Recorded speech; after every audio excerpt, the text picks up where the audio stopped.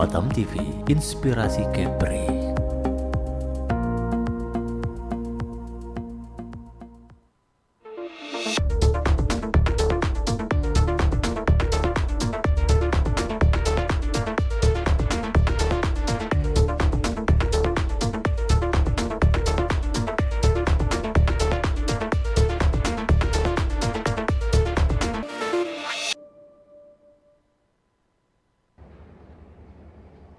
Assalamualaikum warahmatullahi wabarakatuh. Selamat siang pemirsa Batam TV. Senang sekali saya Putri Amini bisa kembali menyapa Anda dalam program dialog khusus dengan tema kita hari ini yaitu From Self Harm to Self Love.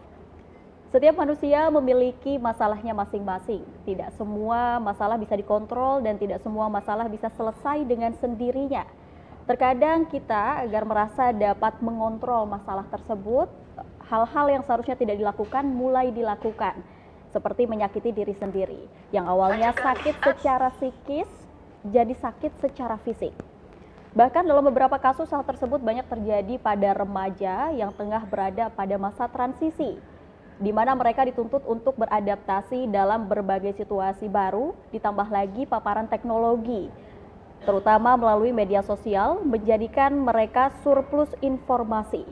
Dampaknya mereka akan mencerna begitu saja informasi yang beredar tanpa melakukan filterisasi.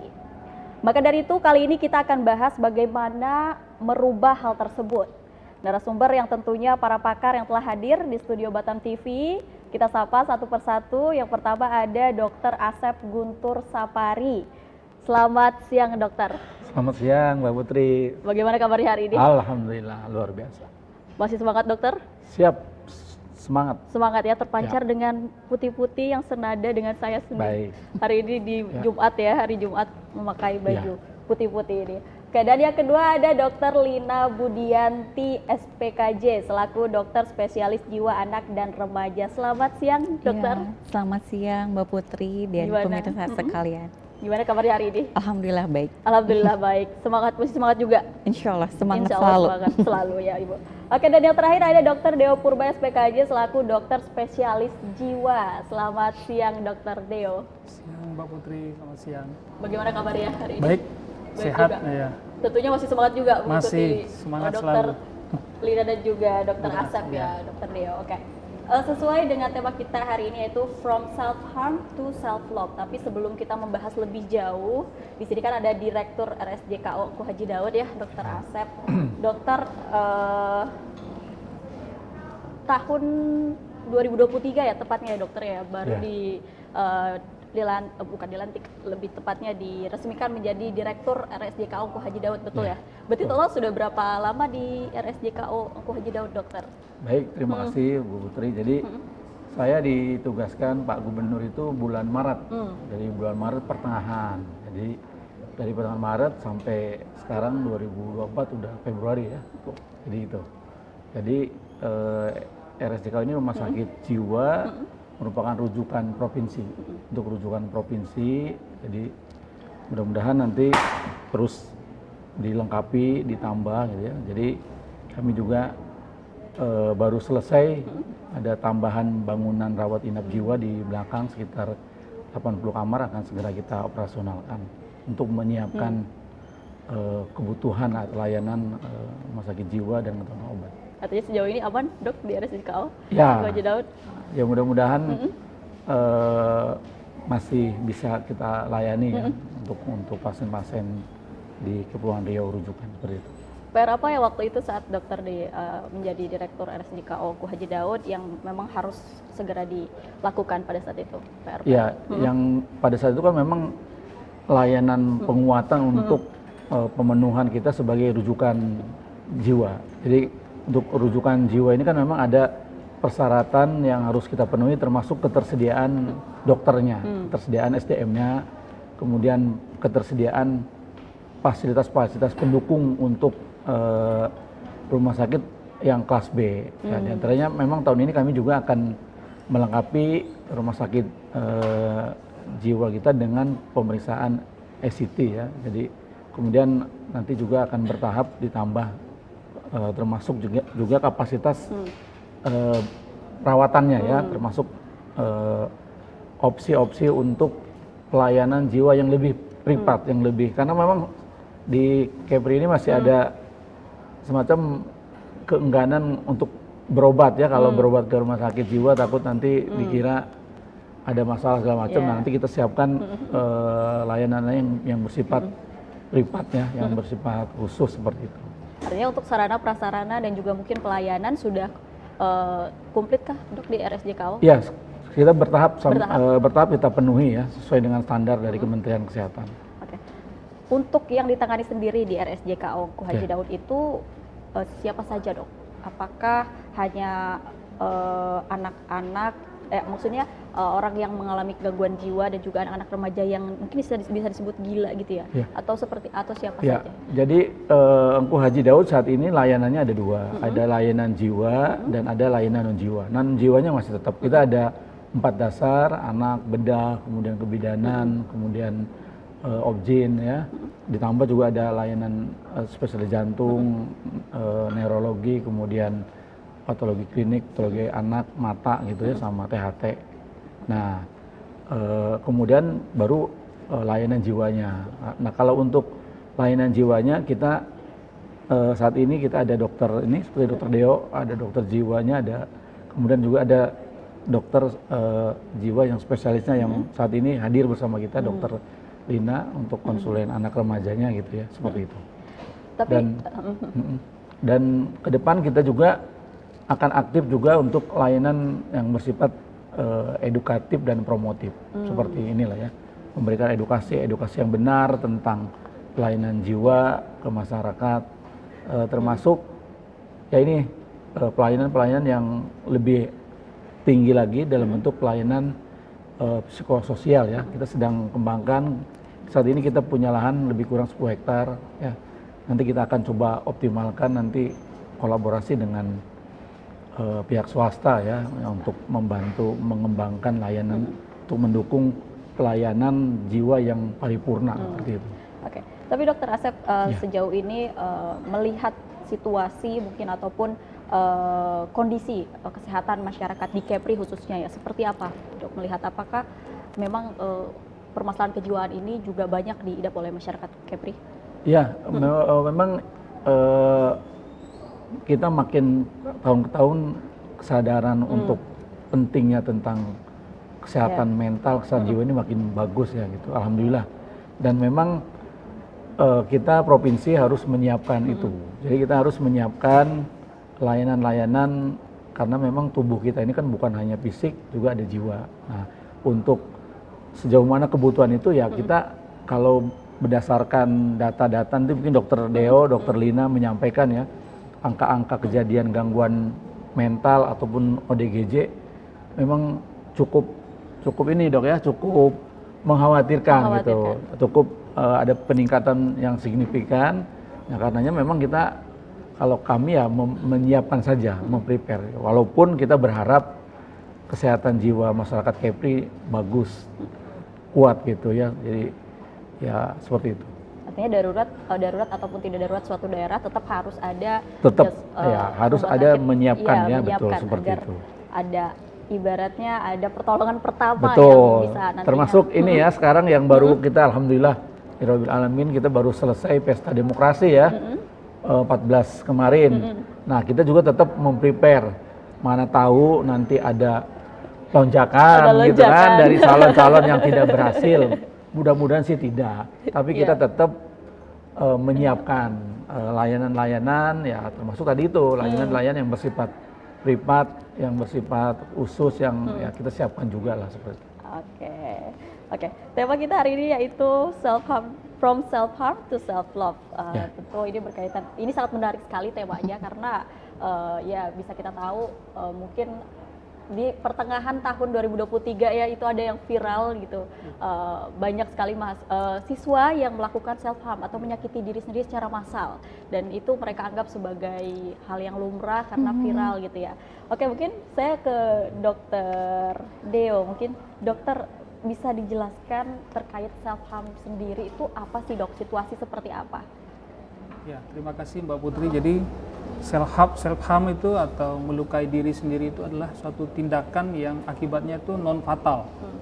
ya, dengan tujuan untuk dia bisa meredakan ketegangannya atau stresnya dengan cara mungkin dia melukai diri ya, seperti yang Mbak Putri bilang, mungkin cutting atau silet tangan gitu ya, atau dia minum obat-obatan yang mungkin bisa membuat dia jadi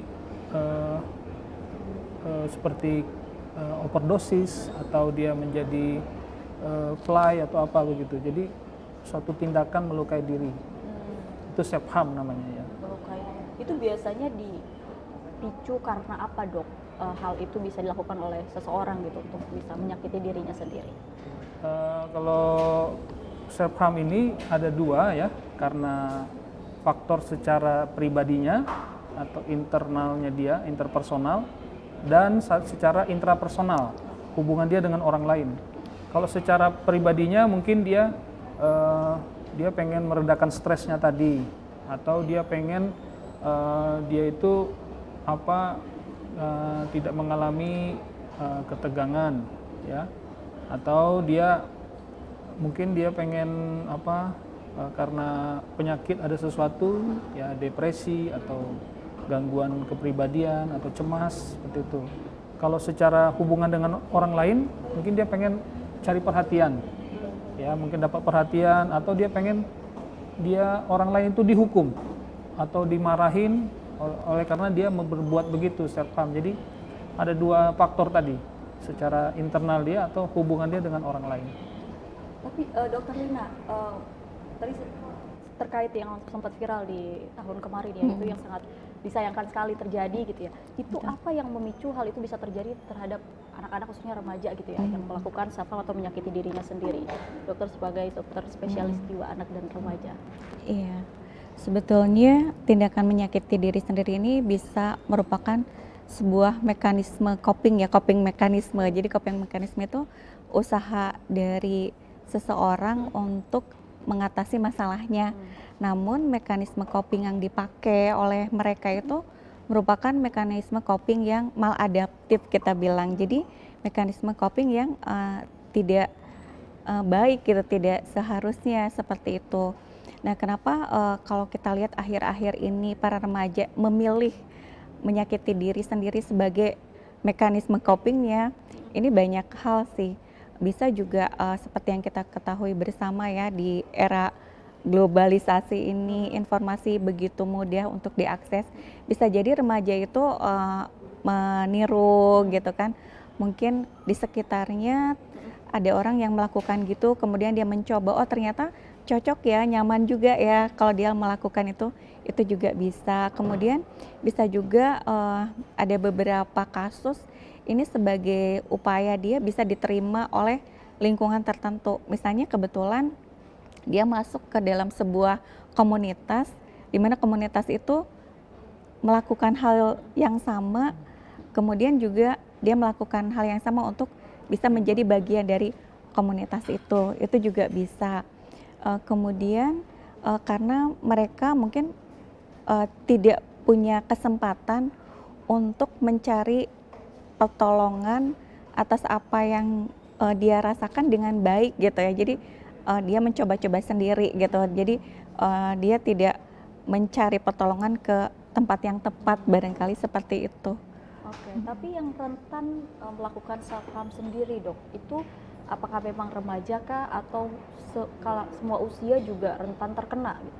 Iya, kalau yang kita temukan sehari-hari ya, baik saya mungkin di poli anak dan remaja, begitupun Dokter Dio di poli dewasa, sebetulnya itu bisa dialami semuanya sih Mbak Putri ya. Tapi memang untuk anak dan remaja ini lebih sering ya Dokter Dio, karena kita tahu bersama bahwa di usia remaja itu kan masih dalam periode usia mencari jati diri seperti itu ya. Jadi mudah sekali dipengaruhi oleh hal-hal negatif.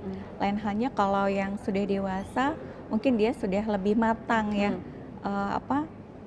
kepribadiannya sudah lebih bagus juga, kemampuan untuk problem solving atau kemampuan untuk mengatasi masalahnya gitu.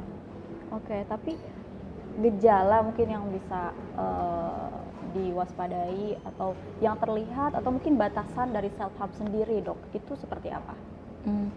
Ya seperti yang tadi dokter Dio sampaikan, bahwa self harm itu adalah tindakan yang disengaja untuk menyakiti dirinya sendiri ya. Baik itu, tapi bisa sifatnya fatal ataupun non fatal gitu. Kalau yang non fatal tadi seperti yang dokter Dio sampaikan, mungkin berupa cutting atau minum obat tidak sesuai dengan dosis yang disarankan, tapi dia minum berlebih untuk mendapatkan suatu sensasi tertentu.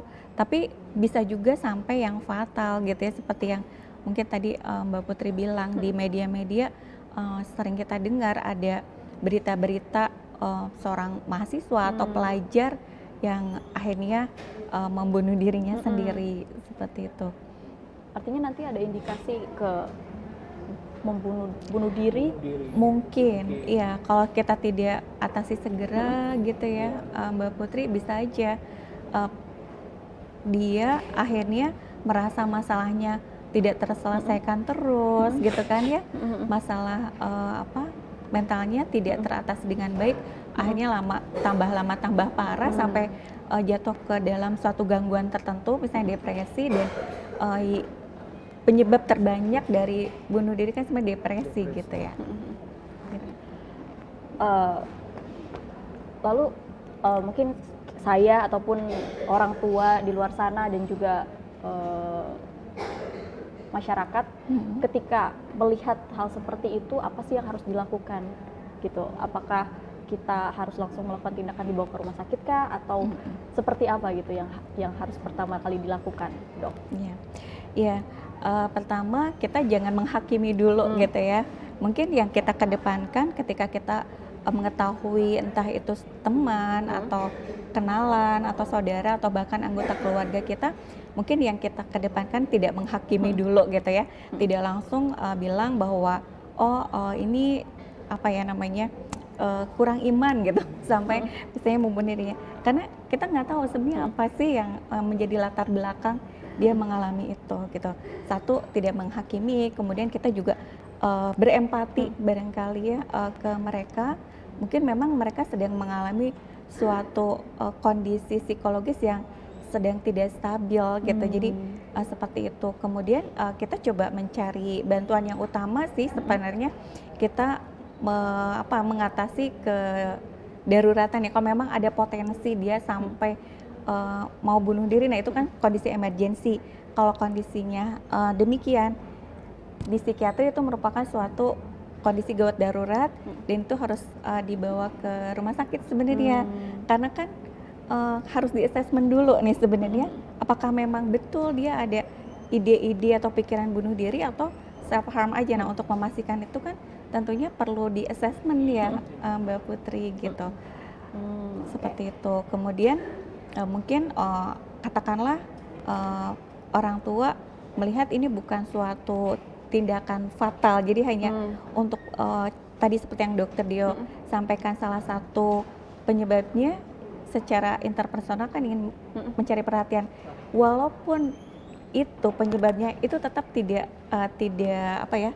boleh gitu. Jadi akhirnya tetap aja kita harus bantu dia untuk menyadari atau mencari solusi lain atas permasalahannya. Dia tidak mencari perhatian orang dengan cara seperti itu, karena itu tetap tidak sehat apapun penyebabnya gitu. Tapi Dokter Deo, sejauh ini di RSJKO sendiri yang dokter ini kan banyak tidak masyarakat yang memang datang ke situ untuk konsultasi ataupun mungkin berobat karena dia self harm di Kepri ya? Kepri sudah mulai banyak Mbak Putri ya, terutama pada kalangan usia muda ya, dewasa muda itu sudah mulai banyak ini, dan rata-rata karena gangguan kepribadian ambang ya, jadi mereka mengalami suatu perasaan yang kosong, hampa ya, suatu pikiran yang mengganggu secara menahun, kronis ya. Akhirnya mereka memutuskan aku nggak bisa keluar dari masalah ini ya, cutting aja gitu ya. Mungkin ada yang di tangan, ada yang di paha ya. dan itu sudah mulai banyak sekarang, dan mungkin itu fenomena gunung es ya Dokter Lina ya, itu yang muncul di permukaan itu sedikit Mbak, tapi sebenarnya kenyataannya banyak sekali. Ditambah juga mungkin ya sebagian yang mereka bilang karena lihat di TikTok ya, media sosial, oh kalau stres kita cutting aja gitu. Nah tapi ya itu memang rata-rata memang masih minim ya kesadaran, terutama keluarga ya, orang tua akan pentingnya dibawa ke psikiater pada kasus-kasus ini. Karena kan seperti Dokter Lina bilang, ketika dia cutting tapi masalah belum beres, dia cutting, lama-lama dia akan naik itunya, tingkat self harm-nya, dan bisa, kalau dia cutting nggak bisa, mungkin dia bisa mutilasi ya, self mutilasi, atau mungkin dia akan bunuh diri gitu. Nah itu yang berbahaya. Nah makanya memang perlu segera untuk dibawa ke dokter ahli dalam hal ini psikiater. Artinya ketika orang berada di posisi itu, apakah memang mereka itu tidak sadar akan apa yang mereka lakukan, jadi menyakiti diri sendiri, tidak merasa sakit sehingga terus melakukan, atau memang mereka tuh ada di kondisi apa Dok sebenarnya? Mereka sadar ya Mbak Putri, mereka sadar sekali, mereka sadar, dan rata-rata kalau ditanya begitu melihat darah itu keluar, mereka rilis gitu, stresnya, tenang gitu. Jadi kan stres berat nih, perasaannya kayaknya penuh, kosong gitu. Tapi begitu setelah cutting, mereka langsung tenang. Cuma kan masalahnya belum beres.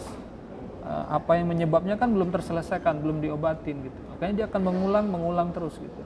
Dan ini mereka sadar melakukan itu. Kecuali mungkin pada kondisi gangguan jiwa berat ya Dok ya. Karena mungkin ada halusinasi, ada juga itu untuk yang pasien-pasien yang ODGJ berat, ada suara-suara bisikan, halusinasi dengar gitu. Nah itu mereka memang nggak sadar itu untuk melakukan itu.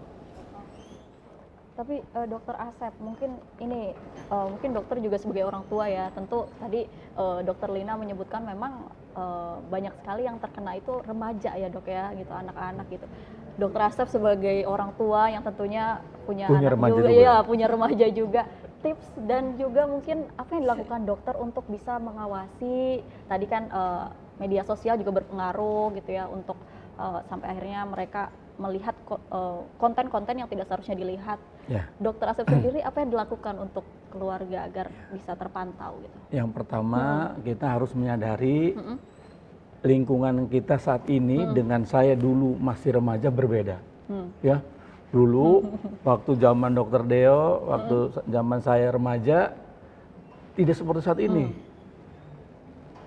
Medsosnya demikian dahsyat, lingkungannya ya dulu masih unyu-unyu lah, gitu. Kalau sekarang tidak, ya. Dan tadi disampaikan Dokter Lina, remaja gen Z ya. Sekarang berbeda dengan zaman saya dulu remaja gitu. Tentu pola komunikasinya itu juga berbeda. Dan saya sebagai orang tua juga ya harus sadar diri gitu. Saya nggak bisa memaksakan komunikasi versi saya zaman dulu remaja dengan sekarang. Otomatis saya sebagai orang tua mau tidak mau ya harus saya juga belajar mencari cara bagaimana komunikasi saya bisa connect dengan anak saya yang masih remaja seperti itu. Jadi dan itu memang harus dilakukan semua orang tua. Ya, semua orang tua, tidak ada alasan dia sibuk, dia tidak ada waktu. Kalau sayang dengan anak remajanya, dia harus meluangkan waktu mencari cara bagaimana bisa berkomunikasi dengan remajanya sehingga si remajanya nyaman. Tadi Dokter Lina, Dokter Deo sampaikan kalau tidak ada komunikasi yang baik, ya salah satu itu memang menjadi penyebab keinginan untuk menyakiti diri ya, carinya dari jalan-jalan yang ya akhirnya dia berkomunikasi dengan teman-temannya mungkin di grup-grup di ini ya, melalui jejaring akhirnya ya itu gitu. Jadi itu aja. Kalau sayang ya kita harus mau tidak mau, nggak ada pembenaran untuk udahlah pokoknya cara begini saya nggak bisa karena lain ya itu aja. Artinya pola komunikasi ya yang ya betul. Dan juga kita harus beradaptasi dengan ya era sekarang gitu ya, era Betul. digitalisasi ini. Dan harus meluangkan waktu. Nggak bisa, kita tidak bisa. Ya saya kan di luar juga untuk ini, untuk rumah tangga, untuk anak. Iya betul. Tetap harus dicari, diluangkan waktu untuk berkomunikasi secara intens, secara baik dengan anak-anak itu. Tuh, oke. Dokter, tentunya masih banyak yang akan kita bahas ya terkait tema kita hari ini, tapi setelah jeda pariwara berikut ini. Jadi pemirsa jangan kemana-mana, tetap di Dialog Khusus.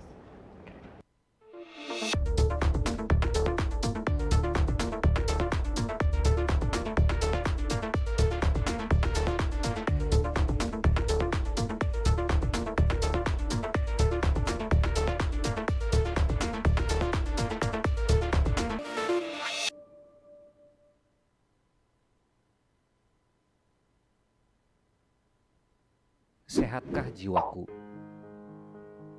Teman-teman, jika kita sakit fisik, tanda-tandanya dapat kita kenali dan rasakan.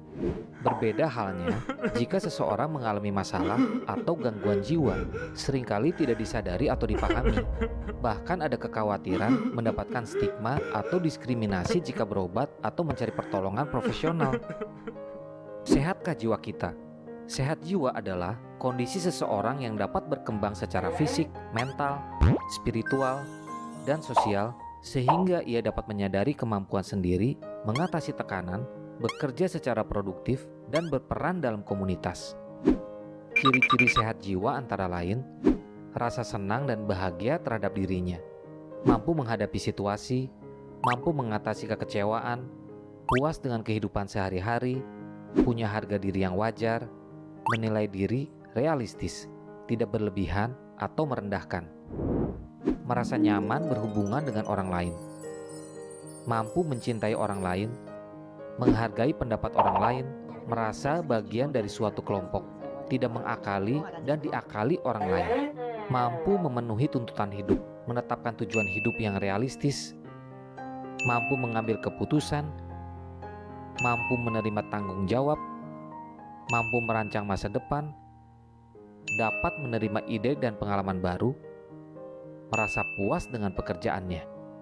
Gangguan jiwa adalah suatu kondisi di mana seseorang mengalami gangguan dalam pikiran, perilaku, dan perasaan yang termanifestasi dalam bentuk sekumpulan gejala atau perubahan perilaku yang bermakna, serta dapat menimbulkan penderitaan dan hambatan dalam menjalankan fungsi orang sebagai manusia. Gangguan mental emosional mengindikasikan seseorang sedang mengalami perubahan psikologis. Ini dapat dialami oleh semua orang pada keadaan tertentu, namun dapat pulih seperti semula. Gangguan mental emosional dengan ciri-ciri terdapat masalah perilaku, hiperaktif, impulsif, emosional, labil, menentang, merasa tertekan, stres, depresi, cemas, dan masalah dengan teman sebaya. Gangguan mental emosional dapat disertai dengan keluhan fisik seperti sakit kepala, gangguan lambung, dan keluhan fisik lainnya yang tidak sembuh dengan pengobatan fisik biasa. Gangguan psikotik dan skizofrenia ditandai antara lain perilaku aneh, pembicaraan tidak nyambung, emosi labil dan tidak serasi, gelisah, agresif hingga tidak terkontrol, mudah tersinggung, mudah curiga, terkadang menarik diri dari lingkungan dan mengurung diri. Dapat disertai halusinasi, ilusi, dan waham, serta tidak mampu bertanggung jawab. Sehat jiwa, masa depan generasi muda, keren dan unggul.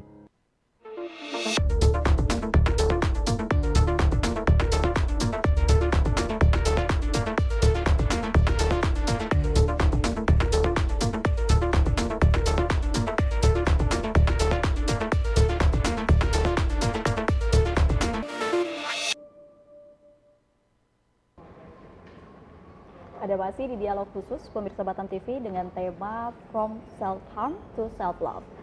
Masih dengan 3 narasumber kita. Mungkin saya ke Dr. Deo. Dokter, apakah orang yang melakukan self harm itu bisa sembuh sehingga mereka tidak melakukan atau tidak menyakiti dirinya kembali gitu? Baik, terima kasih Mbak Putri. Yang self harm ini bisa sembuh, ya, bisa disembuh. Yang penting kita bisa mengetahui apa penyebabnya, ya, penyakit yang mendasarinya, lalu apa permasalahannya dia atau penyebab stresnya dia, dan ada support ya, dukungan dari keluarga ataupun dari masyarakat. Jadi self harm ini bisa sembuh ya. Cuman memang karena faktor stigma ya, stigma di masyarakat, lalu pengetahuan masyarakat tentang atau pasien atau klien tentang gangguan mental, ini membuat kita menjadi hambatan atau kendala kita ya untuk melakukan terapi, karena untuk terapinya ini butuh waktu lama ini Mbak Putri ya, bukan seperti orang yang sakit demam atau tipes misalnya ya, dirawat seminggu udah selesai. Kalau gangguan self harm ini butuh waktu, mungkin beberapa kali pertemuan sesi terapi ya. Jadi memang dibutuhkan di sini kesabaran, ketekunan untuk mengikuti terapi ataupun konseling atau psikoterapi dari psikiater, dari dokter ya, gitu. Itu biasanya treatment yang diberikan itu seperti apa, Dok, untuk mereka yang menyakiti diri sendiri? Treatmentnya kita biasanya yang kita nilai dulu ya, kita asesmen dulu, kita nilai dulu seperti apa berat ringannya self harmnya, lalu apa yang menjadi penyebabnya ya. Kalau penyebabnya mungkin misalnya depresi ya, depresi ya kita obatin depresinya sambil kita cari tahu apa faktor penyebab dia menjadi depresi ya. Mungkin misalnya tadi seperti kata Dokter Asep, orang tua yang kurang perhatian misalnya, orang tua terlalu sibuk ya sehingga anak akhirnya terabaikan atau remaja terabaikan ya. Kita coba mungkin dengan konseling keluarga, psikoterapi keluarga ya, bagaimana menyelesaikan masalah di antara mereka ya, mungkin ada masalah apa, dan itu yang kita bereskan. Nah, jadi selain diberikan obat, ada juga diberikan konseling atau psikoterapi, jadi dikombinasi dia. Nah, terapi kombinasi ini ternyata efektifnya lebih besar daripada hanya memberi obat saja. Jadi seperti itu sih. Tapi ketika mereka yang mengalami self harm gitu ya datang untuk berobat, itu datang ke Dokter Deo kah atau ke Dokter Lina gitu kan? Dokter Deo itu adalah spesialis jiwa, Dokter Lina spesialis jiwa anak dan remaja. Jadi itu biasanya mereka kemana nih? Atau mungkin perbedaannya antara Dokter Deo dan Dokter Lina? Kami sama-sama dokter jiwa, hanya kalau Dokter Lina sekolah lagi untuk ngambil subspesialis anak dan remaja. Jadi pada dasarnya basicnya sama, dokter jiwa. Nah, cuman Dokter Lina sekolah lagi sehingga nanti kami seperti saya dokter jiwa yang umum lah istilahnya. Kalau ada kasus anak dan remaja ya kami rujuk ke beliau gitu. Kami rujuk ke dokter psikiater anak dan remaja. Itu aja sih bedanya. Jadi gitu ya Dokter Lina. Kelanjutannya. Lanjutan. Jadi subspesialis itu kelanjutan dari spesialisasi gitu. Iya. Tapi sejauh ini self harm itu bisa ditangani oleh Dokter Deo dan juga Dokter Iya, Lina. bisa. Seperti itu ya. Kecuali ini ya, kita dari usia kan. Kalau kita mengacu ke Permenkes, usia remaja itu 10 sampai 18 tahun. Jadi ketika pasiennya berusia kurang dari 18 tahun itu biasanya ke saya gitu. Oke. Kalau lebih 19 tahun, 18 tahun ke atas dengan Dokter Deo, atau kasus-kasus anak juga bisa di Dokter Deo, kecuali mungkin perlu penanganan lanjutan gitu, boleh ke saya juga. Oke. Tapi treatment Dokter Lina, tapi treatment yang diberikan kepada anak dan remaja yang mungkin dia menyakiti diri sendiri dengan orang yang mungkin sudah dewasa itu sama atau bagaimana untuk penyembuhannya? Ya, pada dasarnya sih sama seperti yang tadi Dokter Deo sampaikan. Pertama kan kita asesmen dulu, cari latar belakangnya apa gitu ya. Jadi nanti penanganannya atau terapinya sesuai dengan penyebabnya. Jadi ibaratnya self harm ini kayak orang sakit panas gitu loh, Mbak Putri. Kan panas bisa dari tipes ya, bisa dari demam berdarah, bisa dari pneumonia barangkali. Jadi kita nggak cuma ngobatin panasnya kan, tapi ngobatin tipesnya. Nah, begitupun dengan self harm tadi. Kita nggak hanya sekedar mencegah atau menangani self harmnya, tapi menangani apa latar belakang dari dia melakukan itu. Itu mungkin. Jika tidak segera diobati, mungkin lingkungan tidak menyadari atau mungkin orang tua yang pasif tidak berkomunikasi dengan anaknya, tidak karena sibuk atau mungkin dan lain sebagainya gitu. apa yang akan terjadi kepada mereka yang self harm itu, Dok? Iya, seperti yang tadi mungkin disampaikan, kita tidak ingin apa yang dia lakukan itu berakibat fatal, jadi mengancam nyawa gitu ya, mengancam nyawa. Itu jadi akhirnya dia yang suicide itu, yang bunuh diri. Satu itu, kedua juga kalau misalnya dibiarkan terus, kualitas hidup dia pun jadi nggak bagus gitu kan. Gimana orang mau produktif, bagaimana orang bisa belajar dengan baik kalau misalnya dia remaja atau misalnya dewasa, gimana bisa menunjukkan performa kerja yang maksimal kalau dia masih sibuk dengan emosi negatifnya gitu. Jadi itu yang ingin kita yang tujuan kita memberikan pengobatan itu supaya tadi dia punya kualitas hidup yang baik, dia merasa sejahtera gitu ya dengan dirinya, dan itu pastinya akan secara keseluruhan akan membuat masyarakat di sekitarnya juga jadi positif kan ya gitu, karena bisa melihat si individu ini berkontribusi lah dalam kehidupan masyarakat secara keseluruhan gitu. Tapi ada gak sih, Dok, perilaku yang mungkin bisa dilihat oleh masyarakat sekitar atau lingkungannya agar mereka lebih aware, oh ini kayaknya anak lagi bermasalah nih, oh ini orang ini kayaknya lagi butuh bantuan. Karena mungkin tidak semua orang sadar akan, oh ini kayaknya lagi self harm, lagi ada permasalahan dengan kejiwaannya. Perilaku-perilaku apa yang biasanya terlihat oleh masyarakat awam mungkin ya yang tidak mengalami kejiwaan itu, Dok, biasanya? Ya kita bisa lihat mungkin kita lihat dia biasanya gimana, biasanya dia anaknya ceria, tiba-tiba dia jadi pendiam, tiba-tiba murung gitu ya, atau biasanya dia anaknya baik, tiba-tiba sensitif banget, tiba-tiba jadi mudah marah gitu ya, dengan mungkin hal yang sepele dulu sih kalau gitu dia nggak marah, tapi kenapa sekarang jadi marah gitu dengan masalah yang sama.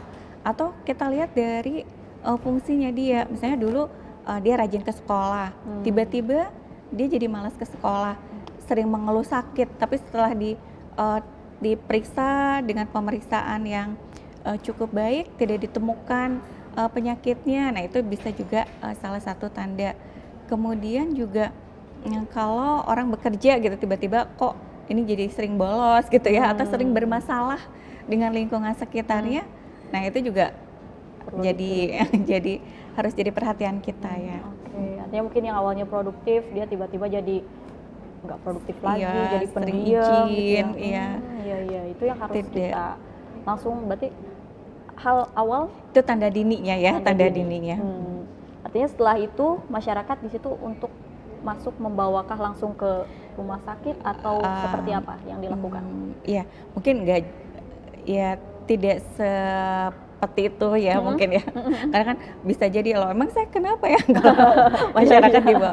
Ya, mungkin kita bisa tadi berempati dulu gitu ya, tidak menghakimi gitu ya, dan tidak tadi berempati, tidak menghakimi dan empati dulu, itu mungkin yang hal termudah yang bisa masyarakat lakukan. Kalau memang ternyata kita menemukan sesuatu yang kita pikir dia perlu bantuan lebih, mungkin kita bisa menyarankan kan, menyarankan. Kemudian kita juga mungkin kalau kita punya informasi lebih tentang masalah-masalah kesehatan jiwa, kita juga bisa share ke mereka gitu, termasuk bagaimana tata laksananya, harus kemanakah mereka gitu ya.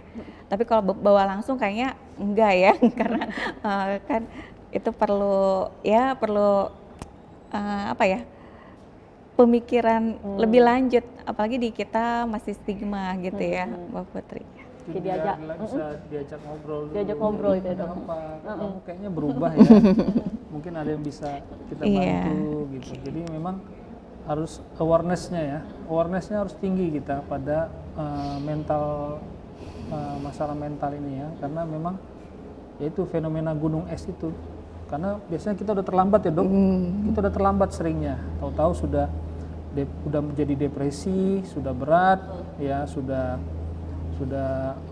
tangannya sudah banyak luka-luka bekas sayatan, ya.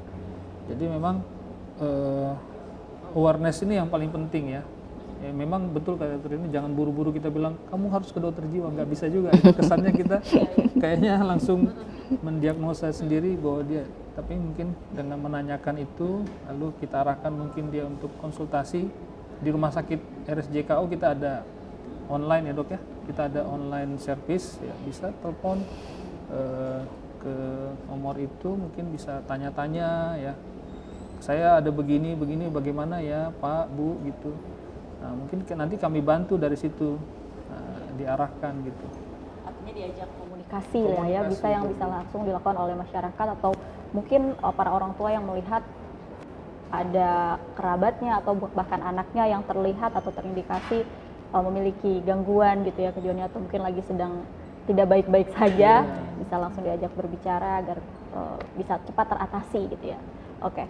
Artinya tadi ada pelayanan online juga ya dok ya, untuk maksudnya untuk masyarakat Dokter Asep. Berarti di RSJKO, karena kan tadi stigma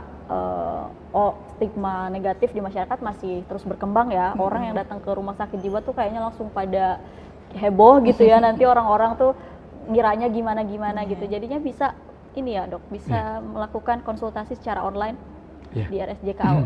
Bisa. Jadi kami ada layanan yang berupa telekonsultasi jiwa online. Jadi mau dari Batam, dari Anambas, dari Natuna, Lingga, Karimun, Bintan bisa mengakses. Tanjung Pinang ya, bisa akses melalui telekonsultasi jiwa di nomor yang sudah kita siapkan seperti itu. Nanti ada tim kita yang akan berkomunikasi, mengatur jadwalnya seperti itu. Nanti tinggal diatur, nanti bisa berkomunikasi mau dengan Dokter Deo, mau dengan Dokter Lina, terus ada lagi tim psikolognya juga seperti itu. Tapi kalau untuk yang tadi, yang kegawat daruratan, yang untuk pasien misalnya ada ODGJ yang sedang ngamuk, atau ada yang tadi tindakan yang sifatnya emergensi ya, itu bisa menghubungi, ada juga namanya mobile mental health service, itu ada juga di 0859 32 9000. Nah itu untuk nanti tim kita yang akan mengkoordinasikan kira-kira kalau untuk kondisi darurat itu puskesmas atau rumah sakit terdekat dulu di mana gitu ya. Baru kalau nanti perlu dirujuk ya kita bisa dirujuk seperti itu. Ya. Memang intinya tadi seperti disampaikan Dokter Deo, Dokter Lina, keluarga, masyarakat perlu meningkatkan awareness. Jadi kalau di lingkungan itu tiba-tiba ada remaja-remaja berkumpul, bergerombol, ya memang harus ada yang mereka ngapain sih gitu kan. Jadi jangan nanti mereka mabok atau segala macam melakukan tindakan-tindakan itu. Nah, memang itu harus ini harus kerja bersama gitu. Jadi ya keluarga, ya lingkungan sekitar juga harus bekerja sama memonitor anak-anak kita. Tatkala mereka mau melakukan sesuatu yang tidak baik, ya tadi apalagi dia mau menyakiti diri ya memang harus kita tindak lanjuti. Artinya semua pihak harus ikut andil. Betul ya, sekali. harus ikut bisa membantu. Mungkin orang yang terkena kita tidak tahu ya dok, bagaimana kondisinya, apakah dia juga perlu atau sadar harus kemana ini gitu kan. Jadi kita yang harus membantu, mendorong agar bisa secepatnya diatasi gitu ya. Oke. Dokter masih banyak juga, kita akan jeda setelah pariwara berikut ini. Jadi pemirsa jangan kemana-mana, tetap di Dialog Khusus.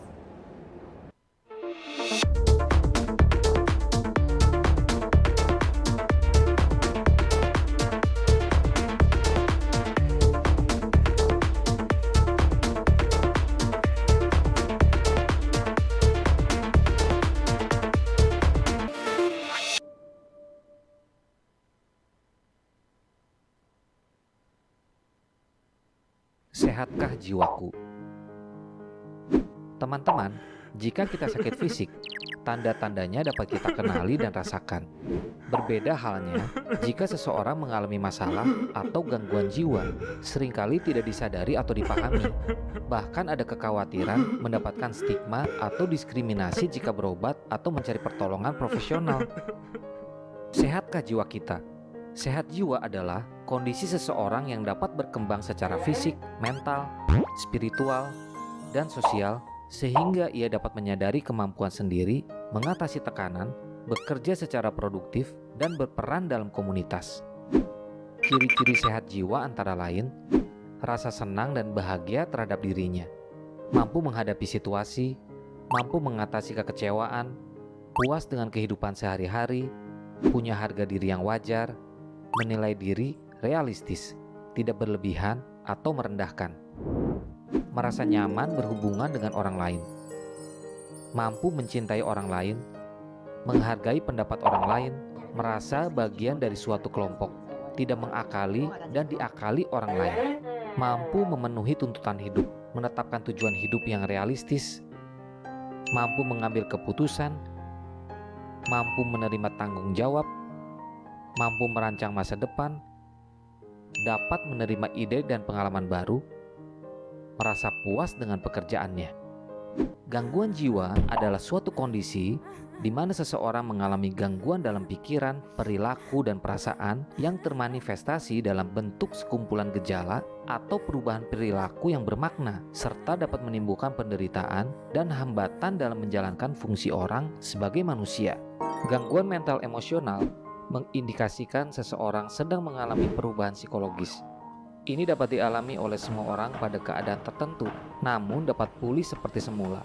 Gangguan mental emosional dengan ciri-ciri terdapat masalah perilaku, hiperaktif, impulsif, emosional, labil, menentang, merasa tertekan, stres, depresi, cemas, dan masalah dengan teman sebaya. Gangguan mental emosional dapat disertai dengan keluhan fisik seperti sakit kepala, gangguan lambung, dan keluhan fisik lainnya yang tidak sembuh dengan pengobatan fisik biasa. Gangguan psikotik dan skizofrenia ditandai antara lain perilaku aneh, pembicaraan tidak nyambung, emosi labil dan tidak serasi, gelisah, agresif hingga tidak terkontrol, mudah tersinggung, mudah curiga, terkadang menarik diri dari lingkungan dan mengurung diri. Dapat disertai halusinasi, ilusi, dan waham, serta tidak mampu bertanggung jawab. Sehat jiwa, masa depan generasi muda, keren dan unggul.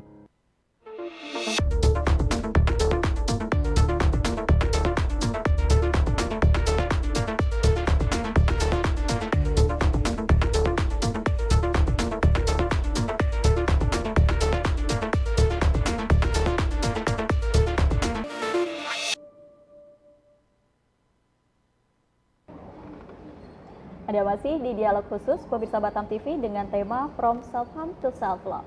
Tadi kita sudah bahas terkait self harmnya gitu kan.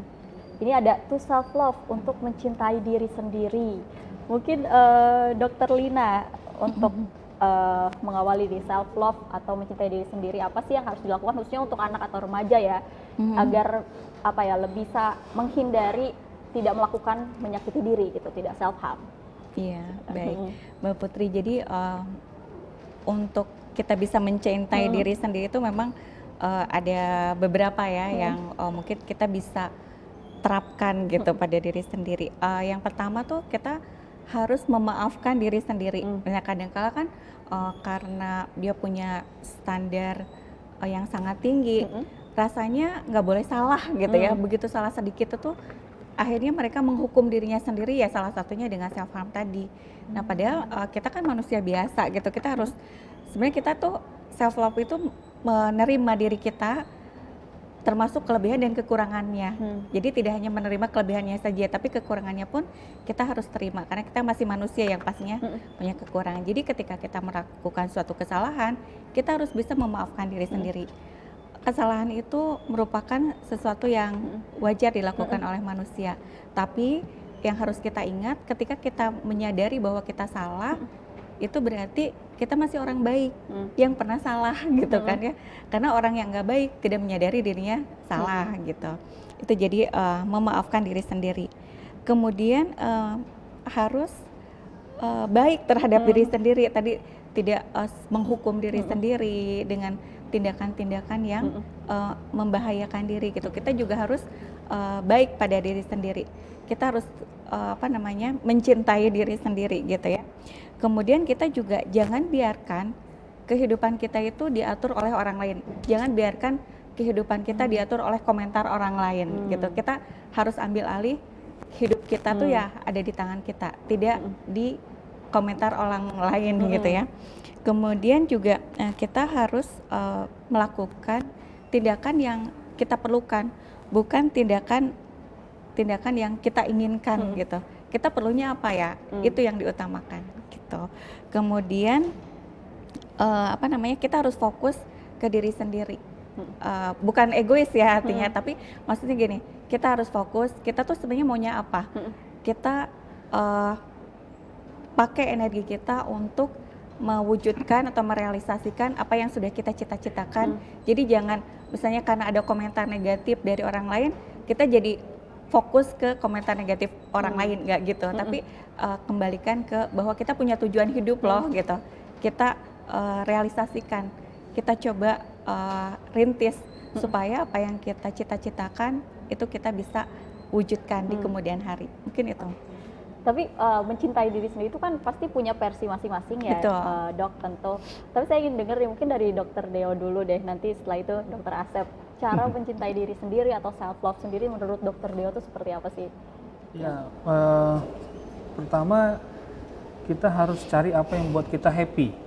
Nah, itu ya. Jadi kita pilihlah kegiatan yang bisa buat kita happy. Artinya mungkin hobi kita atau kesenangan atau aktivitas yang bisa meningkatkan hormon-hormon love hormone itu ya. Ya, jadi itu membuat kita jadi semangat gitu.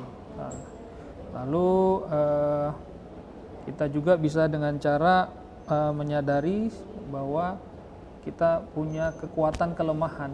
Nah, jadi kalau memang lemahnya di situ, ya sudah, jangan ambil beban itu.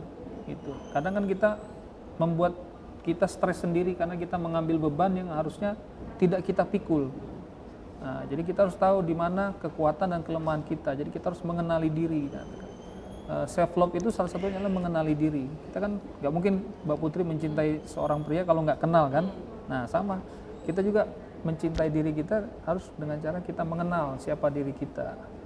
Lalu yang ketiga mungkin dengan cara ya kita tunjukkan bahwa kita itu punya nilai, punya harga. Kita ini berharga gitu. Karena setiap manusia itu diciptakan Tuhan itu berharga ya. Unik gitu, beda-beda, dan kita punya peran. Kita punya posisi di dalam keluarga, di dalam komunitas, di dalam tempat kita bekerja. Oh, saya ini punya value, saya punya harga, saya punya nilai gitu. Walaupun mungkin maaf ya, mungkin ya dia hanya sekedar pegawai rendahan, atau dia hanya nggak terlalu berprestasi di sekolah, atau dia anak yang mungkin yang kurang beruntung, tapi dia punya nilai gitu. Nah itu mungkin menurut saya 3 hal yang bisa dilakukan ya untuk melakukan self love ya. Tapi terkadang kita merasa kesulitan mencari sebenarnya diri kita ini seperti apa sih, Dok? Itu kan kadang mungkin banyak ya orang yang masih merasa seperti itu gitu. Mungkin ada tips untuk bisa memahami diri sendiri, untuk bisa, oh saya maunya ini gitu. Itu seperti apa, Dokter? Pertama mungkin kita tanya orang, ya orang yang bisa kita percaya, bisa diandalkan. Menurut kamu saya ini orangnya seperti apa ya? Mungkin menurut kamu saya ini apa kelebihan kekurangannya apa gitu. Mungkin kita tanya orang, tapi orang yang bisa kita andalkan, reliable ya. Lalu yang kedua mungkin bisa ke ahli, mungkin psikolog ya, psikolog atau psikiater, mungkin dilakukan tes kejiwaan untuk mengetahui kepribadian ya, mengetahui kelemahan-kelemahan dan kekurangan-kekurangan ya. Dan ya bisa juga dengan tes-tes yang sudah ada ya, di online tuh ada namanya MBTI ya, Myers-Briggs Test Inventory, untuk mengetahui kepribadian kita. Jadi banyak sekali yang instrumen yang self report itu bisa yang dilakukan sendiri, itu bisa mengetahui. Mungkin itu ya, Mbak Putri. Oke, terima kasih Dokter Deo. Dokter Asep, versi Dokter Asep, bagaimana cara mencintai diri, self love nih? Iya, tadi Dokter Deo, Dokter Lina sudah ini ya, sudah cukup jelas. Kalau saya sih begini, kita harus menyadari dan terus memupuk rasa kebersyukuran kita. Kita sudah berada di posisi ini, harus bersyukur. Tatkala kita masih belum muncul, coba lihat yang di bawah kita. Jadi tatkala kita mau mengeluh misalnya, aduh ini berat sekali nih, saya nggak kuat. Coba lihat, ada di bawah yang lebih susah lagi hidupnya gitu. Makanya kalau kita mau mengeluh, coba lihat. Nah, sehingga diharapkan ya tadi itu muncul semangat, spirit, percaya diri. Tadi Dokter Deo bilang nanti muncul kekuatan itu. Jadi kita tatkala mau mengeluh ya kita lihat yang di bawah kita gitu. Jangan lihatnya yang di atas gitu. Jadi kita harus meningkatkan terus rasa kebersyukuran diri kita ini sudah seperti ini, seperti itu. Nah tadi mungkin saya nambahkan sedikit yang disampaikan Dokter Deo. Bisa dia, ya orang kan sebenarnya tahu lah, seperti saya misalnya. Saya kan tahu nih kekurangan saya ini apa nih. Cuman seringnya kita ini mengulangi lagi, ya tadi Dokter Lina. Sudah tahu nih kekurangan saya ini misalnya di tentang manajemen keuangan gitu lah. Kalau pegang uang udah panas, nah sudah tahu nih. Mestinya kan dia berubah, gimana caranya? Nah tadi Dokter Deo bilang, dia bisa melakukan ini. Atau kalau memang dia ingin tahu lebih lanjut tentang dirinya, silakan datang ke kami, bisa juga ke EHD. Kita ada tim nanti dilakukan medical check up untuk jiwanya. Jadi medical check up itu bukan hanya fisiknya deh. MCU kan yang sekarang yang sering itu kan MCU jiwa. Tapi kalau rohani ini boleh dibilang anak tiri lah gitu. Boleh, kita saya ini ingin meningkatkan kemampuan saya nih, apa nih yang mesti saya perkuat, mesti saya lecut. Saya mau nanya ke ahlinya, ke Dokter Deo, ke Dokter Lina, atau ke psikolog klinis kami, nanti dia lakukan tes. Tadi Dokter Deo udah sampaikan, ada bisa dengan tes-tes kami, ada MMPI, ada nanti dengan wawancara. Silakan, itu kan sesuatu hal yang positif juga gitu. Jadi nanti sesuai juga dengan fungsinya EHD, kami bukan hanya fungsi kuratif ya, kami juga aktif di fungsi untuk edukasi dan preventif. Termasuk tadi itu, kita dengan sekolah, dengan guru-gurunya, dengan siswanya, kita beberapa kali 2023 melakukan kegiatan ke sekolah. Karena kita menyadari betul, kalau tidak bersama-sama tidak bisa kita memberikan pelayanan. Ya termasuk kuratifnya udah jelas kami lakukannya di rumah sakit. Kemudian rehabilitatifnya nanti tahun ini juga kami sudah mulai untuk mengembangkan ya tadi itu psikososialnya ya, untuk pelayanan yang paripurna untuk pasien-pasien ODGJ kami, termasuk sedang kami jajaki untuk melakukan MOU dengan mungkin yang terdekat dengan Pemkab Bintan dulu lah ya, karena di 2003 ada beberapa masukan dari kader jiwa kita dengan pemerintah setempat juga dari kecamatan yang mengharapkan pasien-pasien itu ada semacam daerah lah, kampung atau yang untuk transit gitu. Jadi habis dirawat dari EHD ini, kadang-kadang masyarakat lingkungan sekitarnya belum kondusif, nanti bisa ditempatkan dulu di situ sampai betul-betul dia siap kembali ke daerahnya. Nggak apa-apa, kita sesuatu hal yang akan membuat layanan jiwa kita makin bagus, kita akan tampung dan kita akan prioritaskan sesuai dengan kemampuan EHD seperti itu. Artinya EHD itu tidak hanya menangani orang-orang yang sudah terkena ya, tapi juga bisa mungkin konsultasi tadi yang seperti Dokter Asep disampaikan, mengenali untuk diri. Untuk edukatifnya, untuk preventifnya seperti itu. Oke, siap. Terima kasih karena kita sudah berada di penghujung acara, Dokter. Jadi saya ingin memberikan kesempatannya untuk closing statement terkait tema kita hari ini kepada masyarakat. Mungkin dimulai dari Dokter Lina dulu. Silahkan, Dokter. Oke, baik. Jadi untuk pemirsa semua, baik untuk khususnya remaja ya, kan nanti mungkin dewasa Dokter Dio. Jadi ketika merasakan ada sesuatu yang salah dengan dirinya, maksud saya tuh merasa tidak nyaman gitu, kemudian merasa emosinya berubah, kemudian produktivitasnya berkurang, jangan segan-segan untuk berkonsultasi gitu ya, karena kita kan makhluk sosial ya, tidak semua harus kita selesaikan sendiri. Kita bisa mencari bantuan ke orang lain gitu, khususnya ke profesional yang memang bergerak di bidang jiwa gitu ya. Mungkin. Oke, terima kasih Dokter Lina. Dokter Deo, silakan untuk closing statement-nya. Baik, terima kasih Mbak Putri. Untuk pemirsa Batam TV, mungkin ada yang mengalami masalah mental saat ini ya, Anda tidak sendiri ya. Kami hadir sini para ahli kesehatan jiwa, ya, rumah sakit jiwa dan ketergantungan obat Engku Haji Daud juga hadir untuk memberikan dukungan kepada teman-teman semua ya untuk melewati masa-masa kritis ini. Tapi untuk sekarang yang bisa kalian lakukan adalah mulailah untuk mengasihi atau menyayangi diri sendiri.